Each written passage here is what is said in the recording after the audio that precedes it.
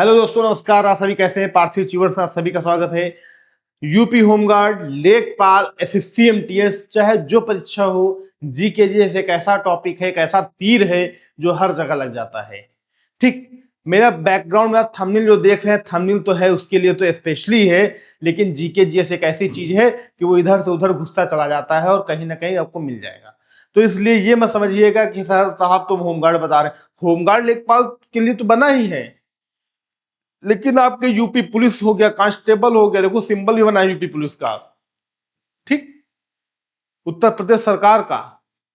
तो इन सब क्वेश्चन जो आते हैं जीके जीएस के, कहीं से भी टपक जाते हैं किसी भी एग्जाम में। तो इसलिए जीके जीएस एक ऐसी चीज है, उसको अटैचमेंट में आप रहोगे तो अच्छी बात है। अभी आरओ आरओ का मेंस हुआ तो उसमें कई क्वेश्चन पढ़ाए हुए फंसे थे, मैंने चेक किया था। ठीक, और होमगार्ड लेखपाल के लिए अभी तक जो टॉप 20 क्वेश्चन आ रहे थे, क्वेश्चन मैंने इंक्रीज कर दिए, बढ़ा दिए हैं, जस्ट डबल। लगभग 30 से 40 क्वेश्चन आपको मिलेंगे। अब मतलब कि अब लगभग आपको 10-11 वीडियो मिल चुके हैं 20-20 क्वेश्चनों की। अब थोड़ा हम अपनी स्ट्रेंथ बढ़ाएं, है ना, स्ट्रेंथ बढ़ाएंगे और अच्छे क्वेश्चंस गेन करें ना। एक ही जगह पे अटके रहना ठीक नहीं। ठीक, चलो शुरू करते हैं।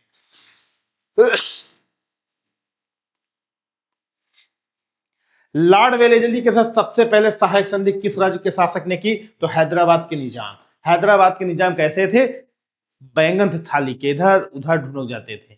जहां मजबूत पाते तो उधर चले जाते, जहां कमजोर वहां से वापस। तो इनका काम क्या था? तो सबसे पहले सहायक संधि करने वाला व्यक्ति कौन था या कौन थे? तो हैदराबाद के निजाम, जो लॉर्ड वेलेजली से किए थे। भू स्थिर उपग्रह की पृथ्वी से ऊंचाई कितनी होती? लगभग 36,000 किलोमीटर। ठीक, जमीन से उपग्रह जो सैटेलाइट ऊपर पृथ्वी के चारों ओर घूमते रहते हैं, सैटेलाइट, नेचुरल सैटेलाइट या आर्टिफिशियल, आर्टिफिशियल की बात होगी क्योंकि आर्टिफिशियल भेजे जाते हैं, नेचुरल तो पता नहीं कितना बड़ा उनका सर्कल हो। ठीक, तो उपग्रह की पृथ्वी से ऊंचाई लगभग 36,000 किलोमीटर होती है। मनुष्य के शरीर का तापमान कितना होता है? डिग्री सेल्सियस में पूछा जाएगा तो 37 डिग्री, और फारेनहाइट में पूछा जाएगा तो 98.4 degree Fahrenheit. Degree Celsius 37 degree और फारेनहाइट में 98.4 डिग्री फारेनहाइट है। ठीक, लेंस की क्षमता का मात्रा क्या होता है? जो लेंस का प्रयोग करते हैं, उत्तल लेंस, अवतल लेंस, तो लेंस की जो क्षमता का मात्रा क्या होता है? डायोप्टर। क्या होता है? डायोप्टर। कहते नहीं कितने लेंस का चश्मा जो पहनते हो कितने लेंस का है, तो वो जो भी बताएगा 0.5 डायोप्टर, 0.2 डायोप्टर, 1 डायोप्टर। तो डायोप्टर यूनिट होती है ना, जैसे हम चीनी ले जाते हैं, चीनी दे दो कितनी? 1 लीटर, 1 लीटर चीनी 1 किलो चीनी कहते हैं ना। तो उसी तरह ही जो लेंस की जो क्षमता होती है वो क्या होती है? वो डायोप्टर में बताई जाती है। चाहे कैमरे की लेंस हो, उसकी क्षमता डायोप्टर में बताई जाती है। ओके, आगे चलते हैं दोस्तों। कंप्यूटर की आईसी चिप किस पदार्थ की बनी होती है? तो सिलिकॉन की बनी होती है। किसकी? सिलिकॉन की बनी होती है। ठीक, कंप्यूटर की आईसी चिप सिलिकॉन की बनी होती है। पार्शिक किसकी इकाई है? तो खगोलीय दूरी की। जो खगोलीय दूरी की है, मतलब पृथ्वी के बाहर ब्रह्मांड में जो दूरी फाइंड आउट की जाती है, वो खगोलीय दूरी की इकाई पार्शिक होती है। क्या होती है? सब पार्शिक होती है। ओके सर, आइए सर, प्लीज सिट हियर। हमारे सर है, आए हैं तो इसलिए थोड़ा उनको। पानी का घनत्व अधिकतम किस तापमान पर होता है? तो 4 डिग्री सेल्सियस पे सबसे अधिकतम घनत्व होता है। यानी कि पानी वो घनत्व मतलब कि बंधा हुआ होता है 4 डिग्री सेल्सियस। जब 4 डिग्री सेल्सियस से नीचे होने लगता है तो पानी उबलना शुरू हो जाता है। ठीक, पराश्रवित रंगों की आवृत्ति कितनी होती है? तो 20,000 हर्ट्ज होती है। सबसे ज्यादा पराश्रवित रंगों की जो आवृत्ति होती है वो 20,000 हर्ट्ज होती है। ठीक, आगे चलते हैं दोस्तों। मनुष्य का वैज्ञानिक नाम होमोसैपियंस। होमोसैपियंस मतलब कि जब मनुष्य इस टाइम में समझदार हो गया था, समझने लगा था, समझदार हो गया था, 2 पैरों से चलने लगा था। ठीक, और ये पीरियड है लगभग नवपाषाण काल का। जब नवपाषाण काल चल रहा था तब मनुष्य जो है इतना जानकार हो गया था, कृषि करना ये सब चीजें। तो ये होमोसैपियंस मनुष्य का वैज्ञानिक नाम है। सबसे पहले मनुष्य का यही नाम था।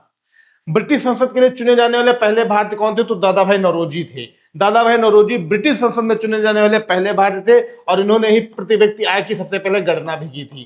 प्रति व्यक्ति आय की गणना करने वाले व्यक्ति कौन थे? तो दादा भाई नौरोजी। उन्होंने लगभग 27 रुपये बताया था प्रति व्यक्ति आय है, per capita income. Per capita income बताने वाले थे, 27 रुपया थी, उन्होंने शायद बताया था 21 रुपया 27 रुपया। भारत के किस राज्य में चावल का सबसे अधिक उत्पादन होता है? तो पश्चिम बंगाल में होता है। कहां पे होता है? वेस्ट बंगाल में सबसे ज्यादा चावल का उत्पादन होता है। ठीक, क्योंकि वहां पे गंगा ब्रह्मपुत्र डेल्टा बनता है, गंगा ब्रह्मपुत्र डेल्टा बनता है, और दक्षिण पूर्व मानसून सबसे पहले पश्चिम बंगाल में इंटर करता है। ठीक, दक्षिण पश्चिम मानसून मतलब कि ये जो मानसून जो हवाएं आती है तो पहले बंगाल में इंटर करती हैं, तो सबसे ज्यादा चावल का उत्पादन पश्चिम बंगाल में होता है। ठीक, भारत में ब्रह्मा जी का एकमात्र मंदिर कहाँ है? तो पुष्कर, राजस्थान। पूरे भारत में ब्रह्मा जी का कहीं कोई मंदिर नहीं है, सिर्फ सिर्फ राजस्थान पुष्कर में ब्रह्मा जी का एकमात्र मंदिर है। ठीक, आगे चलते दोस्तों, ज्यादा समय हम आपका नहीं लेंगे, लेकिन आपको मैक्सिमम से मैक्सिमम क्वेश्चन कराने का प्रयास करेंगे। पागल कुत्ते के काटने से कौन सा रोग होता है? तो रेबीज होता है, जैसे हाइड्रोफोबिया बोलते हैं। ठीक, अब मान लो रेबीज ऑप्शन ना दिया जाए, तो रेबीज ऑप्शन नहीं, तो हाइड्रोफोबिया आंसर आपका है। ठीक, क्या है? हाइड्रोफोबिया या रेबीज। ठीक, आगे चलते हैं। राज्यसभा का पदेन सभापति कौन होता है? तो उपराष्ट्रपति। राज्यसभा का जो पदेन सभापति होता है वो उपराष्ट्रपति होता है, और इसको जो वेतन मिलता है वो राष्ट्रपति का नहीं मिलता है, उसे मिलता है राज्यसभा का सभापति का। राज्यसभा के सभापति का उसे वेतन मिलता है। ठीक है, समझ में आ रहा है दोस्तों? एक मिनट को पानी पी लें।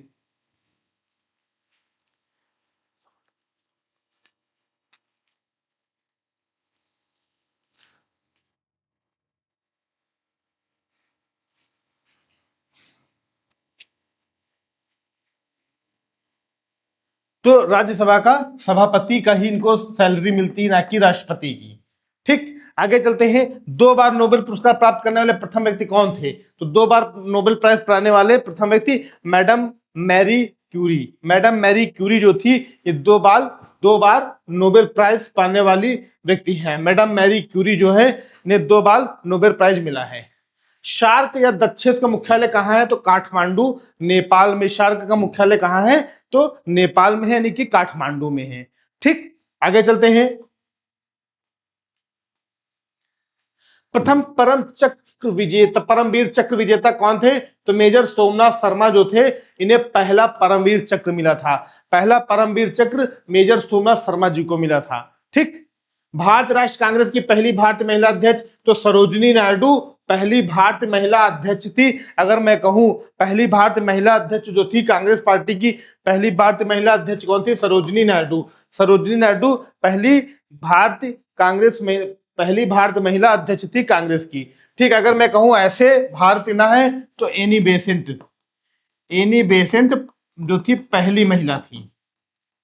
पहली महिला अध्यक्ष जो थी वो कौन थी? एनी बेसेंट जी थी। और पहली भारतीय कौन थी? तो सरोजनी नायडू जी थी। ठीक है, सरोजनी नायडू। सन 1983 की विश्व कप विजेता भारत के टीम कप सन 1983 में विश्व कप विजेता भारतीय क्रिकेट टीम के कप्तान कौन थे? तो मिस्टर कपिल देव जी थे। कौन थे? कपिल देव जी थे। राष्ट्रपति राज्यसभा में कितने सदस्य मनोनीत कर सकता है? तो राष्ट्रपति राज्यसभा में 12 सदस्यों को मनोनीत कर सकता है। राष्ट्रपति राज्यसभा में 12 सदस्यों को मनोनीत करने का अधिकार है। ठीक, आगे चलते हैं। नोबेल पुरस्कार किस वर्ष शुरू हुए? तो 1901 में नोबेल प्राइज दिए जाने लगे। नोबेल प्राइज 1901 से शुरू हुए, और नोबेल प्राइज जो है 6 क्षेत्रों में दिए जाते हैं। कितने क्षेत्रों में दिए जाते हैं? नोबेल प्राइज 6 क्षेत्रों में दिए जाते हैं। और नोबेल प्राइज की शुरुआत जो है 1901 से हुई। ठीक, नोबेल प्राइज की शुरुआत जो है वो 1901 से हुई, जो 6 क्षेत्रों में दिए जाते हैं। राइट, 6 क्षेत्रों में नोबेल प्राइज दिए जाते हैं। उसका नोबेल प्राइज की मैं एक अलग वीडियो बनाऊंगा, जो इस बार जिसको नोबेल प्राइज मिला है, और साथ ही साथ नोबेल प्राइज के बारे में पूरा डिटेल समझाऊंगा। ओके, आगे चलते हैं। बांग्लादेश की मुद्रा कौन सी है? तो बांग्लादेश की मुद्रा टका है। बांग्लादेश की मुद्रा क्या है? टका है। ठीक, रामायण किसने लिखी? तो महर्षि वाल्मीकि जी ने रामायण लिखी। रामायण किसने लिखी? तो रामायण के रचयिता कौन है? महर्षि वाल्मीकि। ठीक, और रामचरितमानस के तो तुलसीदास। रामायण के रचयिता महर्षि वाल्मीकि हैं। ठीक है, तो महर्षि वाल्मीकि रामायण के रचयिता है। भारत में गन्ने का सर्वाधिक उत्पादन किस राज्य में होता है? तो गन्ने का सर्वाधिक उत्पादन भारत में उत्तर प्रदेश में होता है। और उत्तर प्रदेश में सबसे ज्यादा गन्ना कहाँ होता है? तो मैं कहूंगा बाराबंकी जिला जैसे हो गया। ठीक, बाराबंकी जिला, यहाँ पे गन्ने का उत्पादन अत्यधिक मात्रा में होता है। ठीक, आगे चलते हैं। पायोरिया रोग किस अंग को प्रभावित करता है? दांत और मसूड़े को। हमें मसूड़े से जो खून आ जाता है, दांत दर्द होता है, तो ये पायोरिया रोग जो हो जाता है, पायरिया रोग जो होता है, किससे? आपके दांत व मसूड़ों से होता है। ठीक, पायरिया रोग आपके दांत और मसूड़े, मसूड़े से खून आना पायरिया के लक्षण है।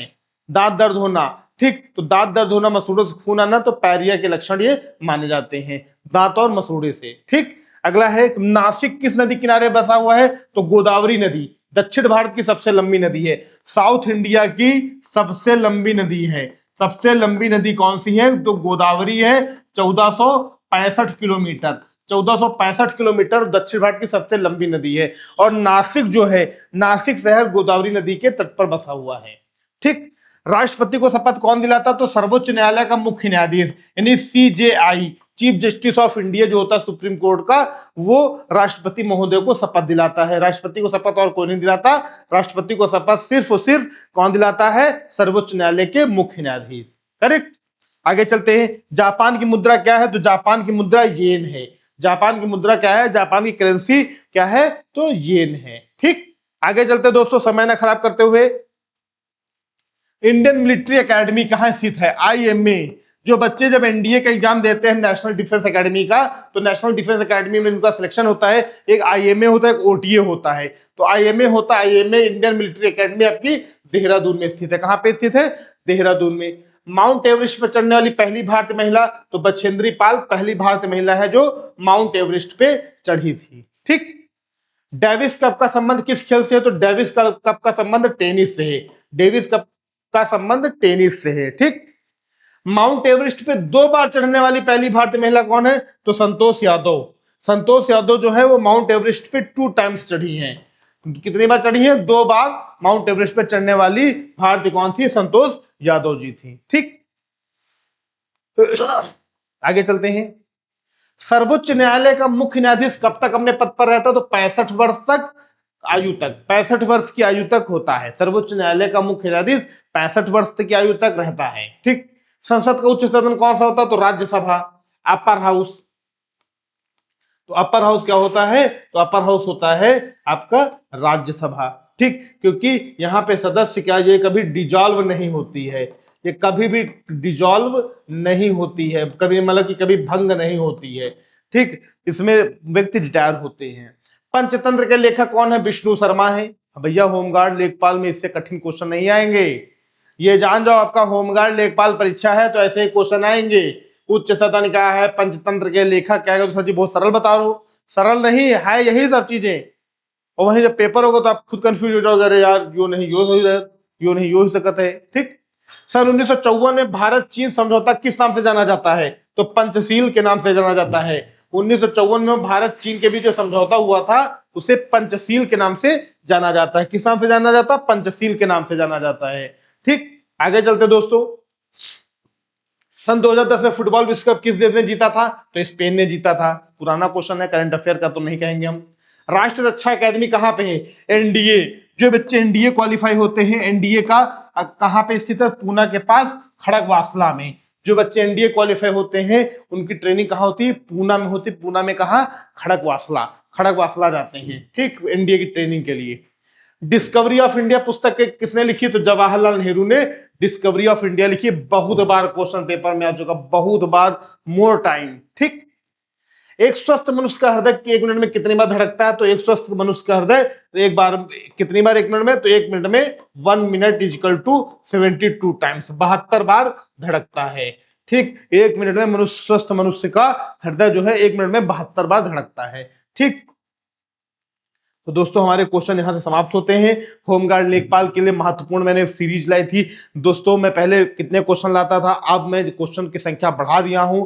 ठीक, और साथ ही साथ लगभग 40 क्वेश्चन आपके हो गए हैं। उसमें जो चीज एक्स्ट्रा बताने वाली बताया, और नहीं तो कोई बात नहीं, और बताने वाली होगी उसमें बताया भी जाएगा। जो ऐसे नहीं होगा, देखो बहुत घुसने की जरूरत नहीं है, आपको नौकरी पाना है, आपको उतना पढ़ना है जो आपके लिए सफिशियंट हो।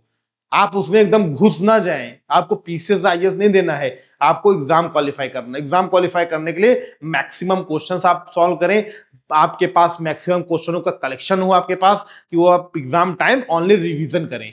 जितना रिवीजन करेंगे वो उतना ज्यादा आपके लिए बेहतरीन रहेगा। ठीक, तो इसलिए ज्यादा हर एक चीज में घुसने की जरूरत नहीं है। जब जरूरत होगी आप उसमें घुसिए, जो आपकी परीक्षा है। तो वनडे एग्जाम के लिए आपको बहुत ज्यादा एक्सप्लेनेशन नहीं करने की जरूरत है, आपको उतनी जरूरत है जो आपके लिए जरूरी है, राइट। और उसके लिए हम लोग हैं, हम पूरी टीम लगी हुई है।